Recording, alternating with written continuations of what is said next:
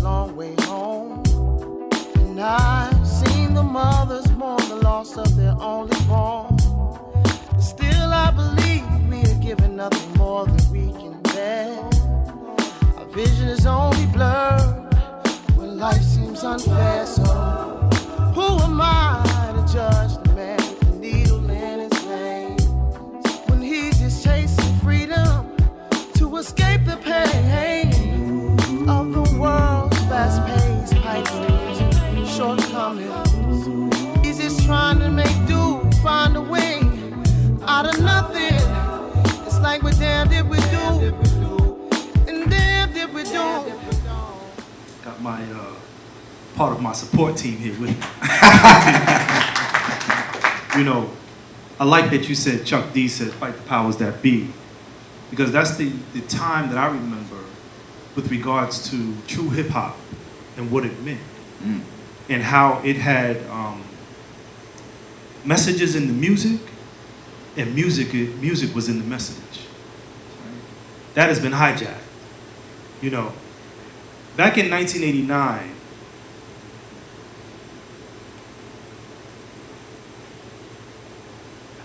when this event happened, and by the event, I mean what became known as the Central Park jogger case, they went to the surrounding areas of Central Park North and rounded up almost every young person they could find. And I came home, I went to school the next day and came home and I didn't see any young people outside. It was like the weirdest thing that you could see, you know. And I felt like something was wrong. And then I heard that the police officer was looking for me. So I said, well, I didn't do anything wrong. My first mistake was saying to myself at the age of 15, well, I'm just going to go to the police department and tell them what I saw and let them know I didn't do anything wrong. I had no involvement, no participation, or anything like that. That was my first mistake. Because, you know, we weren't read our Miranda rights until well after everything went down. And if they asked us what Miranda was back then, I couldn't tell you. But on the first part of the Miranda, it says you have the right to remain silent. And it says that because the very next part tells you what they're going to do if you don't remain silent. So here I was thinking that I was grown at the age of 15. And I said, well, I'm just going to talk to them. I mean, hey, I saw things go down. I didn't do anything. I was really standing in amazement as most of the events took place. And they brought me and Coercion in. And I don't know what was going on, but they were in and out of the room that I was in. And I kept hearing them tussling with Kharey. Then at one point, everything got silent. I dozed off to sleep. If someone asked me how long had I been there, I couldn't tell you. But I can tell you that Raymond Santana and Kevin Richardson were there from the very previous night. They hadn't gone home yet. The methods that they were using were methods that you would use on terrorists. You know, not Donald Trump. I'm gonna talk about him in a second. But Denzel Washington, there's a movie out called Safe House. You know, people say things like, well, you know, what would make a person confess to a crime that they didn't commit? I don't understand that. And in this movie, Safe House, about 15 minutes into the film, Donald Trump. Denzel. See what's up with that, right? Denzel gets caught. And they strap him to a chair. And they're about to waterboard him. And he looks up and says something like, that looks like 600 count. You need at least 1,200. I said, what is he talking about? I had to buy the film. Like I have it on my iPad, my iPhone, my MacBook Pro, Air. I got it everywhere because this was a fascinating piece that I wanted to see what was going on. And I had to replay this a few times to understand that looks like 600. You need at least 1,200 count. And the guy says something to him like, well, you know, so-and-so only lasted 30 seconds. Now, this was supposed to be a hardened terrorist. that he was referencing. And he said, well, yeah, that's because he had 1,200 count. That looks like 600. So, of course, they start waterboarding him. And what he does, which was amazing, was that after the process, and of course this was a movie, but after the process, he stood firm, spit the water out, and asked the man, how long was that? And, you know, when I watched this film, I said, wow, he is describing the breaking point that anyone and everyone has. If they're sicking dogs on your mama, how many of us would hold on and not concede to what it is that they're trying to get us to concede to? You know. But just to kind of take you through this process a little bit quicker, before we even went to trial, in the first few weeks of this case, there was something like over 300 or 400 articles written about us. And they were publishing our names in the newspapers, putting our families' phone numbers in the newspapers and where they worked at. At one point in time, they followed my mother when she came home from work. She used to teach at Parsons University. And they followed her, and they were on the bullhorn. She never told me this story, but a friend of hers told me. He said, you know, your mother, she never went to work again in the industry that she was trained to work in. My mother used to be colleagues with folks like Ralph Lauren, Donna Karan, and stuff like that. She's a fashion designer. And they're following her down the block. And on their bullhorn, they're saying, that's the BITCH right there. The mother of the scum of the earth, YUSEF Salaaam, the rapist. Oh, they're following her down the block saying this. Now, if you can imagine, my mother used to always tell us things like, you know, she was raised in the Jim Crow South. I have absolutely no idea what that means. But when I see the films and when I think about the strength that my mother exhibited, you know, in this film, we're going to show a portion of it later on. But she became my ultimate warrior. She became the person, she was my ace in the hole, you know. And Donald Trump then comes out. And Donald Trump, a common citizen, he takes his own money, pays for newspaper space in New York City's main newspapers. And he calls for the reinstatement of the death penalty specifically for the Central Park jogger case. There were other folks who were chiming in, and they were saying things like, you know, if we took the eldest one of them, Kharey Wise, and we hung him from a tree in Central Park, and if we took the others and we horsewhipped them, maybe our park would be safe again. This is what, you know, like, this whole process that they put us through was so amazing that when I tell young people about it today, they think I'm talking about some fictitious story. This is like, come on, brother, you made that up. Stop playing.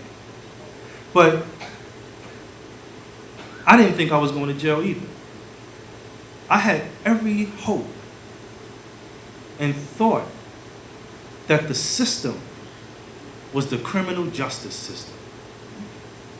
I don't think I've ever used that word again to describe the system, but I describe it now as the criminal system of injustice. Justice, yes. You know. And when they convicted me, we didn't have a chance to go home as our, you know, they say complexion for protection folks. They get a chance to go home and have a little party before they go to jail. You know, they stood us up, handcuffed us and put us in the back. And that was that. And so I was in the jail waiting to be sentenced.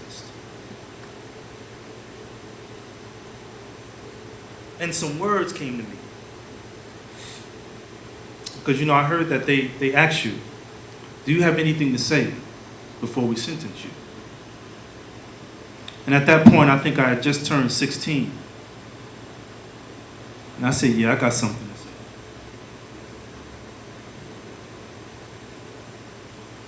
This 16-year-old boy stood up in front of the system and spoke these words. Sitting here at your table doesn't make me dinner, just like being here in America doesn't make me an American. Let us begin. Stress is the anger that is built up inside.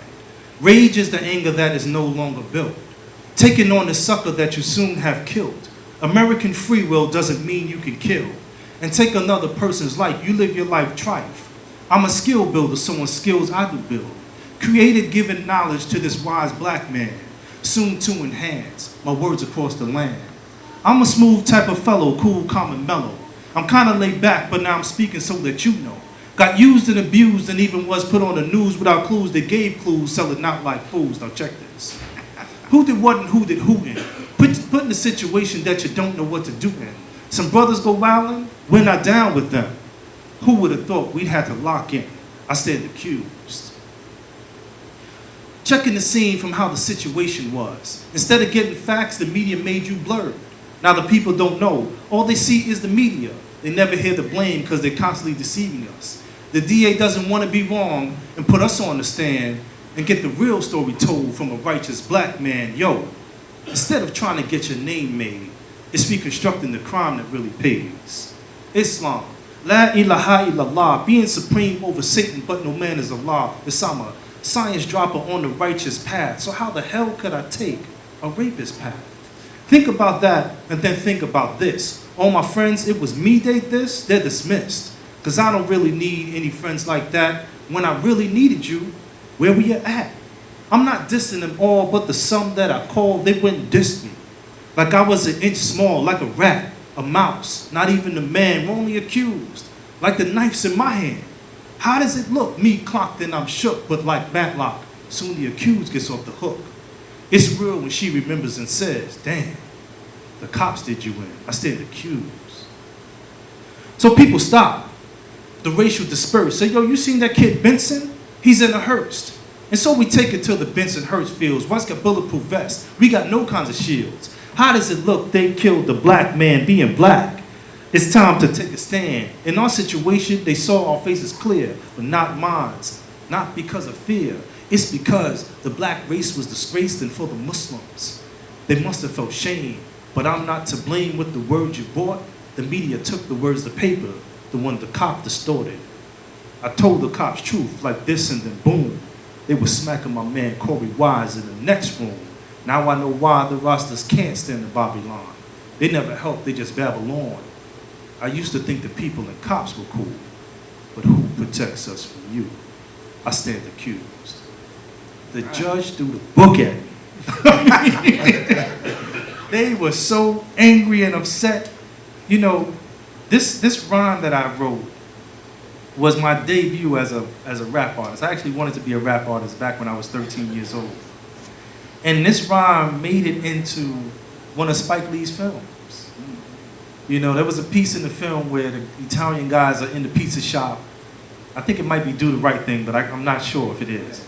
But the Italian guys are in the pizza shop, and riots and all kind of stuff is breaking out, and the guy picks up one of the papers that had on it, Salaam Baloney. This is actually the caption, because they sensationalized things so much in the media to make people believe in what they're about to do to you. If they can make people think that you aren't human, that you aren't deserving of every right that God gave all of us, then if they call you a goop, you're a goop. That's not a person, right?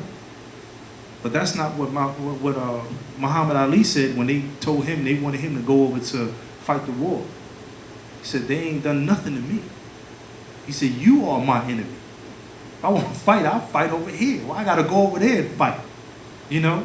But check that out. These are the people who were my mentors, the greatest of which was Nelson Mandela. And my mentor, of course, is definitely Malcolm X. But when I say Nelson Mandela, because people always ask me, they say, well, you know, had I not known you was in prison, I would have never known. Like your demeanor, your presence, the way that you carry yourself. I've seen people who come home from prison, you don't even look like that. And I said, well, you know, Mandiba used to say, to be angry, to be bitter, is like drinking poison and expecting your enemies to die. They don't care what they do to you and how they do it. They're like, man, I mean, I'm sure Donald Trump is sleeping on his plush king-size, you know, custom-made beds with the pillowcases and all of that stuff that has 8,000 thread counts. I'm sure, you know, somebody wrote in one of the papers, they said when they found out that we were innocent, you would hope and wonder that we would have received some sort of apology. And they said this thing about apologizing was the dust for one of his maids to sweep up. The only apology, people always ask me, they say, have you ever received an apology? And the only apology that we have ever received, the only apology we have ever received was from one of the courtroom artists that used to draw us. She has a book called The Art of Justice. And in this book, there's a portion dedicated to the Central Park jogger case. And in it, it says, some of the boys' mothers collapsed when they heard the verdicts. During the trial, the relatives often tried to persuade me to portray the boys more sympathetically. But the defendants usually hid their faces, or when momentarily visible, their faces were filled with hostility. Years later, when they were found to be innocent, I was filled with regret about the way I had drawn them. They depicted us in such a way that when I got to prison, people were like, you don't look like the gorilla that we saw in the papers. Because unless you came to court, you didn't know what we looked like. They didn't have cameras in the courtroom back then. The only connection that you would have is the way that they were drawing us. And the greatest thing that happened, you know, we were found to be innocent, and it was like the best feeling in the world. We thought we had won the lottery. And that feeling was quickly gone. That statement, remember back in the days, there were over 300 articles written in the first few weeks of the case. This statement was on some back page in the bottom section that my mother described as a whisper. She wondered if the rats had even heard. People to this day think that the reason why we were let go was because of some type of technicality. I went to Jersey in Garfield, and they said, listen, we need you to come out here because people still think you guys are locked up. You know, that's how crazy, the way that media twisted things. And no one ever asked us who were we. This case was moving at a snail's pace. And it wasn't until 2012 when this film came out. And you know, this film, we didn't know who Sarah Burns was. You know, we just thought, you know, hey, this woman wants to write a story about us, and nobody had invested in us. It just happened that she was a white woman. So we said, you know, hey, no problem. We'll talk to you. We spoke to her. And you know, her last name is Sarah Burns. I mean, her first name, last name, Sarah Burns. I didn't know who she was connected to. My lawyer at the trial was named Bobby Burns. They weren't related, you know? And Sarah Burns, after she writes her book, this book was like one of the greatest books to be written about this case. It's titled The Central Park Five, and the subtitle is A Chronicle of the City Wilding, because this is how they dealt with us. And then when they came and said, listen, we need to make a film about this, we find out that her dad is the #1 documentarian in the country and wants to do a film about us. And when we saw the film, we were speechless. We didn't know where this film was going to go. We didn't know the attention that it was going to get. But, you know, this film, when they said Ken Burns and company, they're poisoning the jury pool. You know, as if the jury pool hadn't been poisoned before. And I used to always wonder about that, because as I was growing up, comedians would always say things like, you know, They're telling me I'm being judged by a jury of my peers, but I don't see my man Ray and Bobo on the jury thing. Like, what are they talking about? And about so many different things. We would, when we were in California, we were walking the red carpet. They were treating us like we were real celebrities. It was one of the most amazing things to experience. And I said to Ken Burns, I said, this whole thing has been a conspiracy. I said, the way they went after us. I said, this film is not just about the Central Park Five, but this film is shining a light on the can of worms, the tactics that the city and the police departments has used throughout their career to build their careers up. People have won cases and advanced on the backs of us and others, And I said, this is a conspiracy. I said, they even got a book written about it. It's called The Conspiracy to Destroy the Black Boys, Volume 1 and 2. And they got a book called The Conspiracy to Destroy the Black Girls. And then Ken Burns says, there is no conspiracy. I said, what? I was just rocking with Ken a second ago. He had me a little confused right now, right? And then what he said made so much sense next that it all became clear. He said, this is the plan. There is no conspiracy. This is the way that they do things. And if you become hip to how they do things, they switch the plan. We have one of our greatest attorneys here. In the community, we know who he is.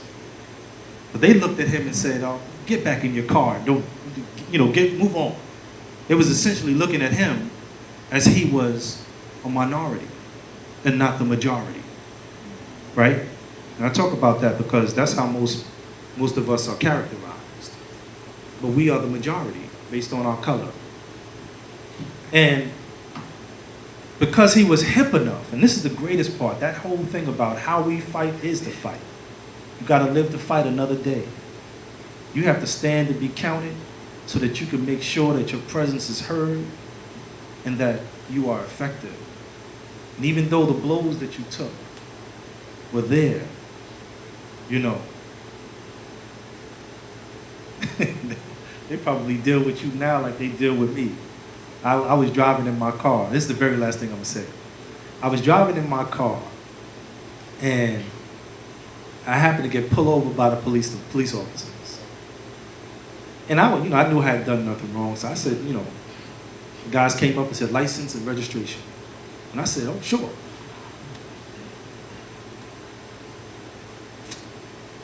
I left my license at home. They said, well, you know what that means, right?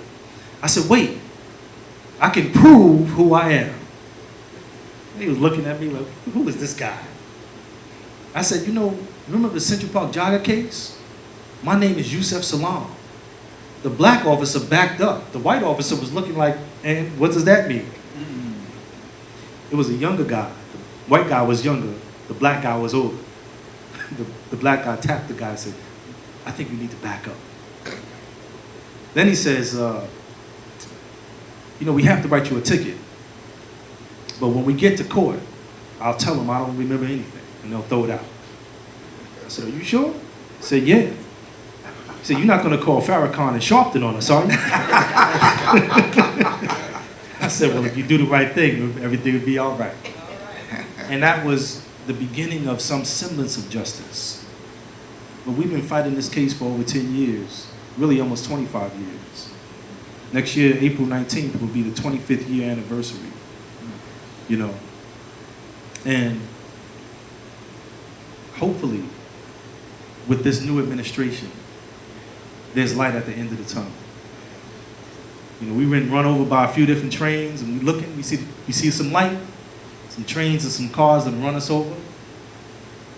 But we think that this is the justice coming. So Three strikes, I'm surely packed to jail. Like the slave ships when they sail, but they don't know how people